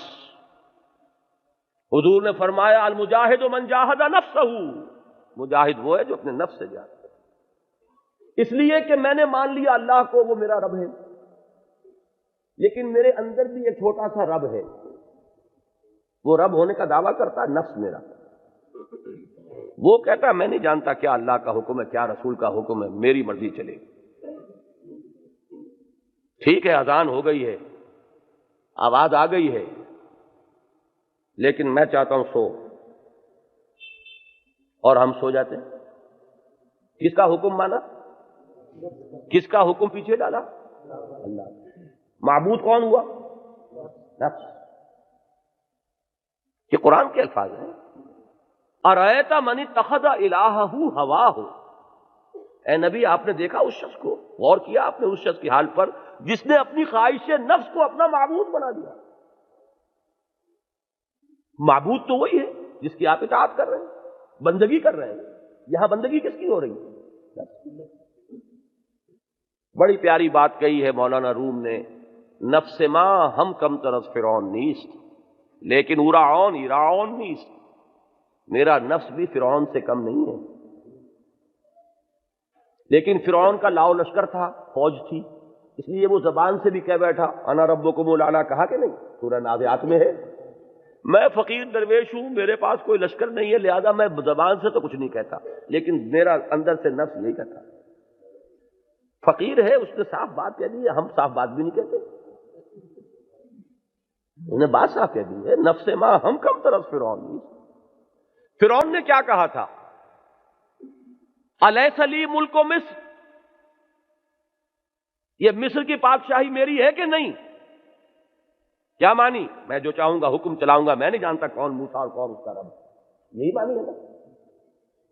ہمارا نفس کیا کہتا ہے؟ یہ جو وجود ہے اس پر میرا حکم چلے گا، میں نہیں جانتا اللہ کون، رسول کون، حرام کیا حلال کیا. یہی فرعونیت ہے. تو جب تک اس نفس سے کشمکش نہ ہو، بندے کیسے بنیں گے آپ؟ بندگی کا تقاضا کیسے ادا ہوگا جب تک کہ اس نفس کے ساتھ پنجہ آزمائی نہ ہو؟ جو لوگ اس کو نہیں جانتے وہ جہاد کے معنی سمجھتے ہیں جنگ اور چھلانگ مارتے اوپر، تو وہ اودے منہ نیچے آئیں گے. یہ پہلی سیڑھی جو ہے بندگی رب، اعبدوا ربکم الذی خلقکم والذین من قبلکم لعلکم تتقون، اس کے لیے ضرورت ہے نفس کے ساتھ کشمکش. یہ جہاد کی ہوئی پہلی منزل. اگلی منزل کیا ہے؟ دعوت، تبلیغ، شہادت علی الناس. یہ گھر میں بیٹھے ہو جائے گی یا محنت کرنی پڑے گی؟ جان کھپائیں گے تو ہوگی، مال لگائیں گے تو ہوگی. اگر حضور بھی آرام سے رہتے، بڑی ٹھنڈی چھاؤں تھی. خدیجہ الکبریٰ رضی اللہ تعالی عنہا وہ زوجیت میں ہے، مکے کی متمول ترین خاتون، انہی سے حضور کو اولاد بھی اللہ نے دی، ورنہ تو وہ آخری عمر میں جا کے پھر وہ حضرت ابراہیم، ورنہ اولاد بھی انہی سے ہوئی. ایک بھرا گھر جسے کہتے ہیں، بھرا گھر وہ تھا کہ نہیں محمد کا صلی اللہ علیہ وسلم. حالانکہ اس سے پہلے تو بڑی مشقتیں جھیلنی پڑی تھی. بیڑے بکریاں آپ نے چرائیں اجرت پر. یہ کیا حضور نے؟ دوسروں کے سرمایے سے کام کیا کہ نہیں کیا؟ بڑی مشقت کی زندگی تھی ابتدائی، لیکن اس کے بعد وَوَجَدَكَ عَائِلًا فَأَغْنَىٰ. اب تو غنا ہی غنا ہے، آرام سے گھر بیٹھے. تو پھر دعوت و تبلیغ کیسے ہو جائے؟ یہ در در کی ٹھوکر.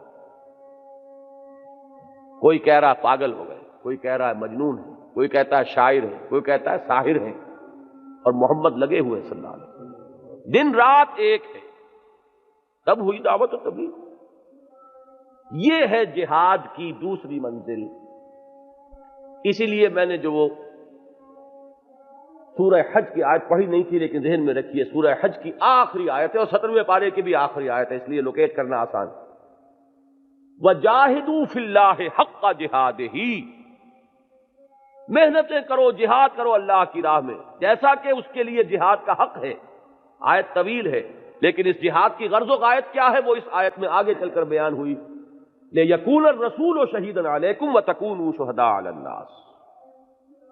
تاکہ رسول گواہ ہو جائیں تم پر اور تم گواہ ہو جاؤ پوری نوع انسانی پر. تو یہ جو دوسری منزل میں نے بتائی تھی، یہی دوسری منزل جہاد کی منزل ہے. کشمکش ہے نا، اس لیے کہ خلا نہیں ہے. آپ کے نظریات ہیں تو دوسرے نظریات بھی تو ہیں، اور وہ تو اس وقت ٹیلی ویژن سے اور ریڈیو سے اور اخبارات سے سیلاب کون سے نظریات کا آیا ہوا ہے؟ حیا کا یا بے حیائی کا؟ تو ٹکراؤ اگر نہ ہو تو کیسے ہوگا؟ نظریات باطل پھیل رہے ہیں کہ حق. آپ لگے رہے اپنی دکانداری میں، میں لگا رہا ہوں اپنے پروفیشن میں، کوئی لگا رہے صرف اپنے مدرسے میں، تو یہ کام کیسے ہوگا؟ جان اور مال کھپائیں گے تو ہوگا۔ یہ ہے جہاد کی دوسری منزل، اور جہاد کی تیسری منزل سخت، وہ تو بہت سخت ہے ہی ہے۔ دین کو قائم کرنے کے لیے جو نظام بھی کہیں ہے، اس نظام کے ساتھ مفادات ہیں کہ نہیں لوگوں کے، چودراہٹیں ہیں کہ نہیں، ویسٹڈ انٹرسٹ، پریولیج کلاسز، مراعات یافتہ طبقات ہوتے ہیں ہر نظام میں۔ اگر آپ نظام ہٹا کر دوسرا لائیں گے تو ان کے مفادات پر آنچ آتی ہے کہ نہیں؟ وہ برداشت کریں گے اسے، وہ ریٹیلیٹ کریں گے۔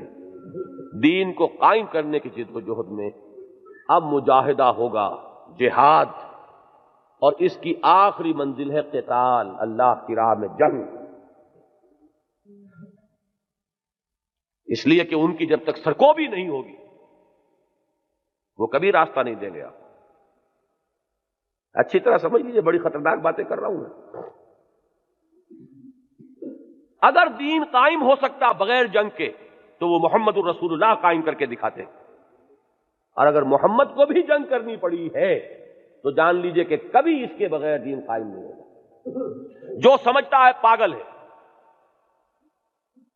جس کا یہ خیال ہے کہ اس کے بغیر دین قائم ہو جائے گا، وہ بالکل جنت الحمقاء میں رہتا۔ جان ہتھیلی میں رکھ کر میدان پہ جب تک نہیں آئیں گے دین قائم نہیں ہوگا، کبھی نہیں ہوگا، وعظوں سے نہیں ہوگا۔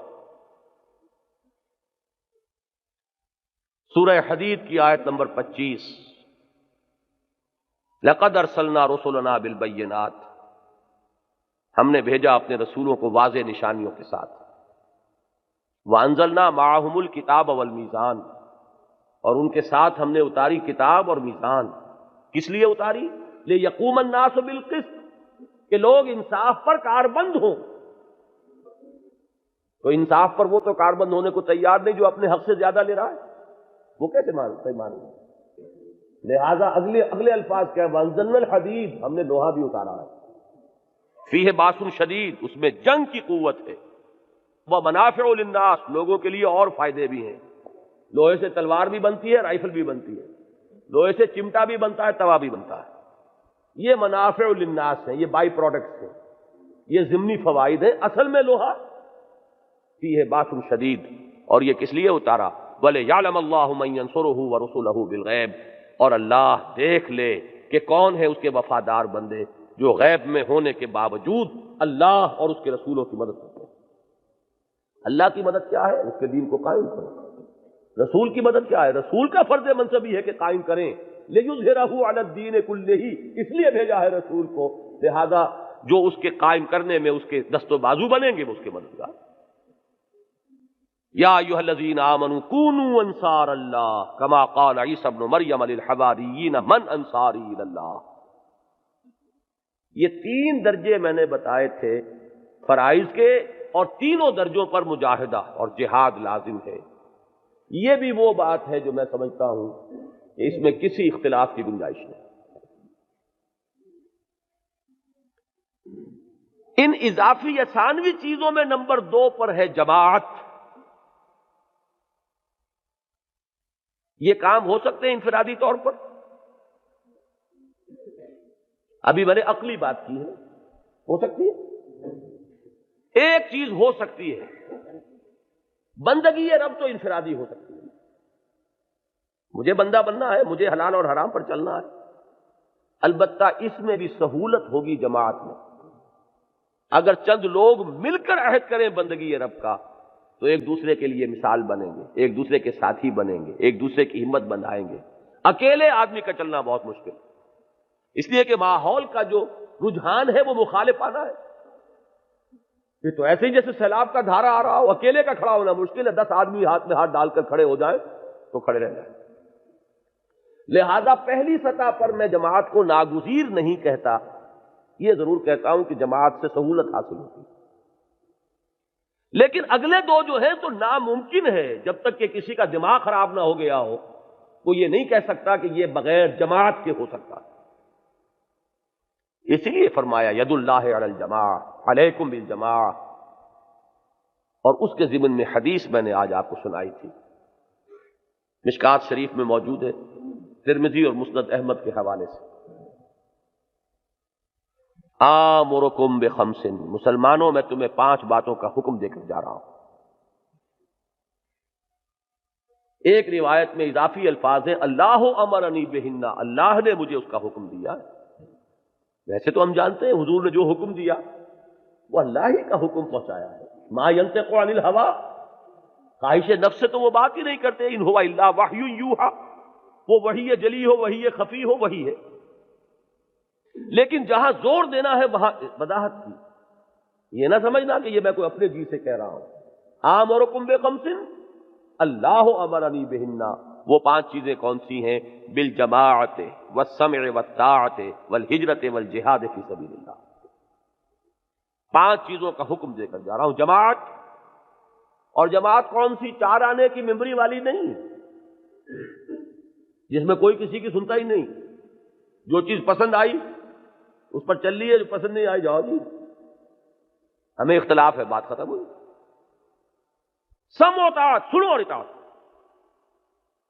یہ ملٹری ڈسپلن ہے۔ آپ کو معلوم ہوگا، بہت سے حضرات نے، شاید میری عمر کے لوگ بھی ہیں موجود، کہیں میٹرک میں وہ نظم پڑھی ہو، charge of the light brigade, انگریزی کی نظم میٹرک کے ہمارے نصاب میں تھی۔ There's not to reason why, there's but to do and done۔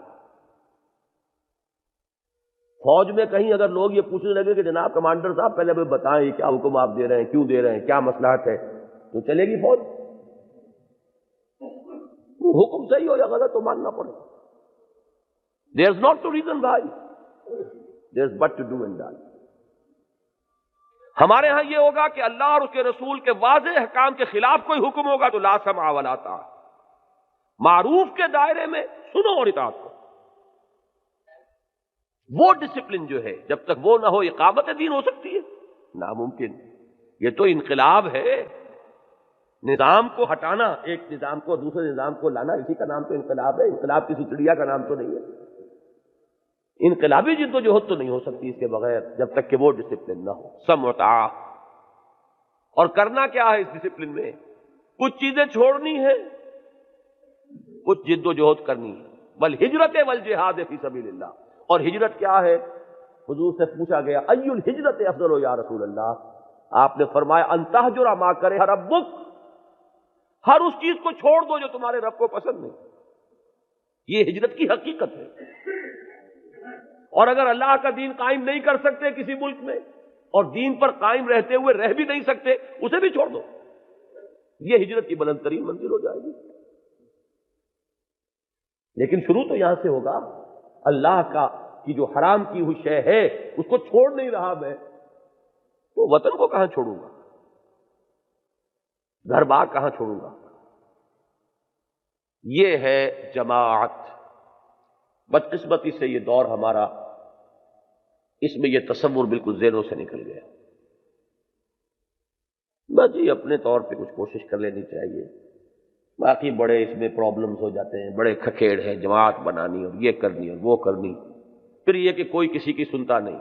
جیسے وہ عرب تھے نا، قومن لدہ، بڑی جھگڑالو قوم، ہر ایک اپنی جگہ پر فرعون ہے، کون کسی کی سنے؟ یہ محمد الرسول اللہ نے انہیں بنایا ایک جماعت صلی اللہ علیہ وسلم۔ نماز بھی پڑھو تو امام کے پیچھے پڑھو، با جماعت پڑھو، امام سے غلطی ہو تو ٹوک سکتے ہو، نماز توڑ نہیں سکتے۔ غلطی پر وہ ابھی قائم مصر ہے، آپ نے ٹوک دیا، لیکن وہ کہتا ہے نہیں میں وہ طرح پڑھ رہا ہے، آپ نماز چھوڑ نہیں سکتے، پوری کیجئے اس کے ساتھ نماز، بعد میں اسے گفتگو ہوگی کہ غلط پڑھا ہے، پھر دوبارہ دہرائی جائے گی۔ دوران نماز سوائے متوجہ کرنے کے آپ کچھ نہیں کر سکتے۔ یہ ایک ایک چیز میں ہمیں تو نظم کی تعلیم دی گئی ہے، فل ڈسپلن، پوری تعلیم ہے اس میں۔ آخری اور چھٹی چیز عرض کر رہا ہوں، میرے نزدیک اس جماعت کی بنیاد سوائے بیعت کے اور کوئی نہیں، کتاب و سنت سے تو کوئی نہیں۔ اگر تو یہ طے ہے کہ ہمیں یہ سارے دین کا کام ہے جو ہم کر رہے ہیں، یہ دنیا کا دھندا تو نہیں کرنے چلے، کیا اگر تو یہ فرائض ہے تو اس کے لیے راستہ بھی کوئی دین نے دیے، بتایا کہ نہیں بتایا؟ جب تک کہ شخصی بیعت نہ ہو وہ نظام جماعت وجود میں نہیں آتا۔ یہ جو نظام جماعت ہے، آمرکم بخمس بالجماعت والسمع والطاعت والہجرت والجہاد فی سبیل اللہ۔ مجھے تو پورے قرآن میں، سنت میں، پوری تاریخ میں بیعت ہی بیعت نظر آتی ہے۔ یہ صدر کا لفظ کہاں ہے؟ کہیں قرآن میں، حدیث میں کہیں ہے؟ اور یہ سیکریٹری، اور یہ 2 سال کے بعد انتخاب، 5 سال کے بعد کہیں ہے؟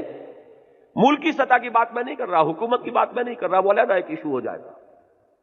جماعتی سطح کی بات کر رہا ہوں، مجھے کہیں دکھا دیجیے۔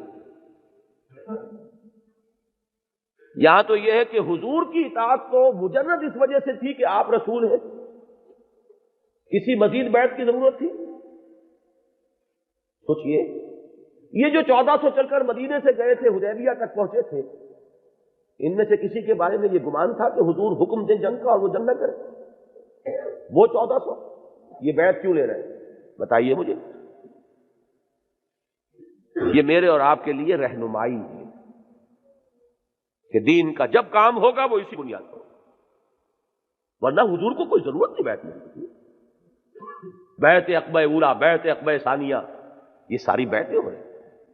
مجرد یہ کہہ لینا کہ میں آمنت بمحمد صلی اللہ علیہ وسلم، میں ایمان لے آیا محمد پر، بات ختم ہوئی۔ ما کان لمؤمن ولا مؤمنۃ اذا قضى الله ورسوله امرا ان يكون لهم الخيرة في امرهم۔ ایمان کا تقاضا تو یہ ہے کہ اب اختیار ختم ہو گیا۔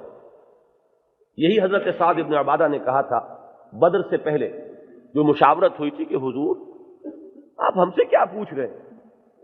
انا آمنا بک وصدقناک، ہم آپ پر ایمان لا چکے، ہم آپ کی تصدیق کی ہے کہ آپ اللہ کے رسول ہیں، اب ہمارے ہاتھ میں کون سی بات ہے؟ آپ بسم اللہ کیجئے جدھر بھی آپ کا ارادہ ہو، قافلے کی طرف چلنا چاہیں قافلے کی طرف چلیے، لشکر کی طرف چلنا چاہیں لشکر کی طرف چلیے۔ خدا کی قسم آپ ہمیں حکم دیں گے، ہم اپنی اونٹنیوں کو دبلا کر دیں گے، برق الغماد تک جا پہنچیں گے، وہ یمن کا شہر آپ ہیں، اور اگر آپ ہمیں حکم دیں گے ہم اپنی سواریوں کو سمندر میں ڈال دیں گے، اس لیے کہ آپ رسول ہم امتی، بات ختم۔ لیکن حضور بیعت لے رہے ہیں، یہ ہماری رہنمائی کے لیے۔ خلافت قائم ہوئی بیعت پر، خلافت ختم ہوئی، اب دین اور دنیا علیحدہ ہو گئے، حکومت پھر بھی چل رہی ہے بیعت پر، بنو امیہ، بنو عباس، اور جو دین کا عنصر کم ہو گیا تھا اس کے لیے وہ دوسری بیعت شروع ہو گئی صوفیاء کی، وہ بھی بیعت۔ اور جب انگریز آیا اور ہماری حکومت ختم ہوئی، سید احمد بریلوی رحمت اللہ علیہ، ان کے ہاتھ پر بیعت کی تھی شاہ اسماعیل شہید نے، معلوم ہے آپ کو؟ مولانا عبد الحی، وہ احناف میں بہت بڑے عالم، اور شاہ اسماعیل شہید جس کو ہم مسلک سلفی کہیں گے، اس کا سب سے بڑا ستون، ہندوستان میں تو اس مسلک کا آغاز انہی کی ذات سے ہے۔ انہوں نے بیعت کی ہے سید احمد بریلوی کے ہاتھ پر، بیعت جہاد۔ تو مجھے تو پوری تاریخ میں وہی نظر آتا ہے۔ لہذا یہ جان لیجئے کہ ہم نے تو انہی مقاصد کے لیے جو بات سمجھی ہے اسی پر عمل شروع کر دیا۔ باقی یہ کہ اگر کوئی غلطی ہے تو ہمیں سمجھائیے، ہم خود حاضر ہوں گے، کوئی صاحب ہمیں صاحب علم بتائے کہ یہ غلطی ہے، ہم اسے سمجھیں گے، مانیں گے، اصلاح کر لیں گے۔ لیکن ہمارے نزدیک یہ 3 بنیادی فرائض ہیں: بندگی رب، شہادت علی الناس، اقامت دین۔ اس کے لیے یہ 3 چیزیں لازم ہیں۔ جہاد مسلسل پوری تینوں منزلوں میں۔ وہ جو اقبال نے کہا یقین محکم عمل فہم محبت فاتح عالم، جہاد زندگانی میں ہے یہ مردوں کی شمشیر ہے۔ یہ جہد مسلسل، اور اس کے لیے جماعت کا التزام، اور اس جماعت کی بنیاد بیعت پر۔ یہ 6 باتیں کل ہوئیں، ان کو ذہن میں لے کر اٹھیے، اس وقت بھی سوچئے، آئندہ بھی سوچئے۔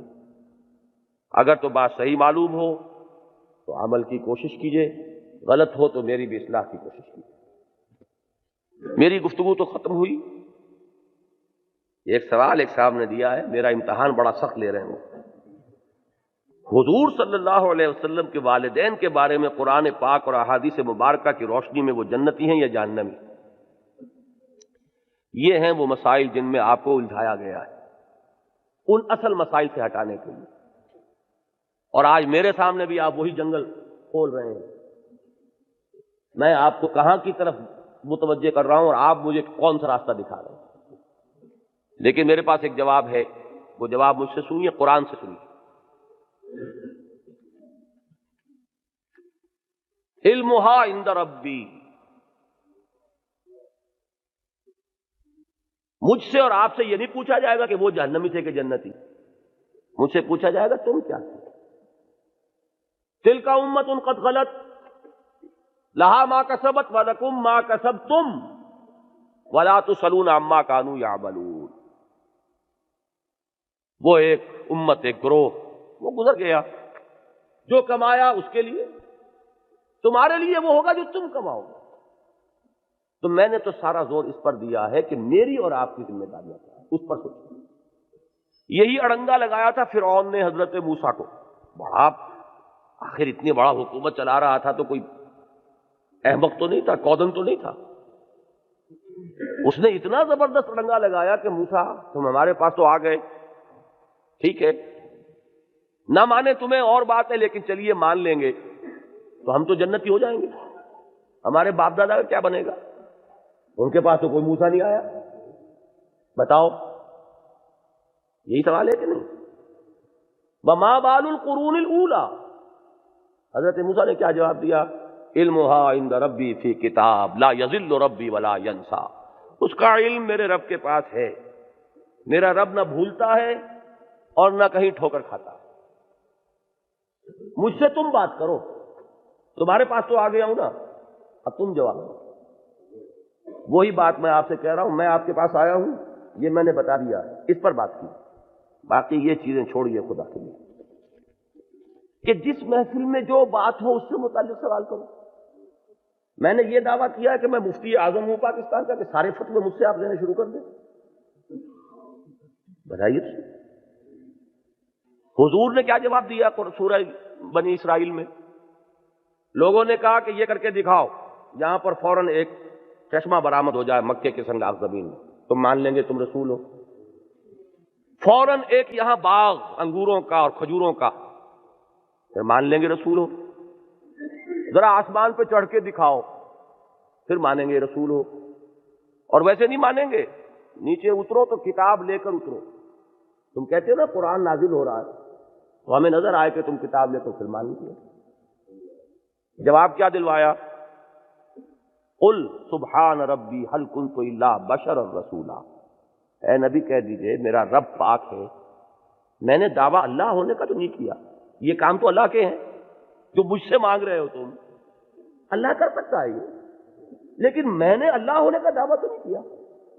میرا دعویٰ تو یہ ہے کہ میں بشر ہوں، رسول ہوں، مجھے اس کے اعتبار سے مجھ سے پوچھو۔ وہی بات میں کہہ رہا ہوں، میں نے مفتی اعظم پاکستان ہونے کا دعویٰ نہیں کیا ہے، لہٰذا یہ فتوے آپ کسی اور سے مانگیے۔ جو باتیں میں نے کہی ہیں اس کا سوال مجھ سے کیجیے ضرور، اس کے لیے میں رسپانسبل ہوں، اس وقت بھی اور آئندہ بھی، جب چاہیں آپ آئیں مجھ سے بات کریں۔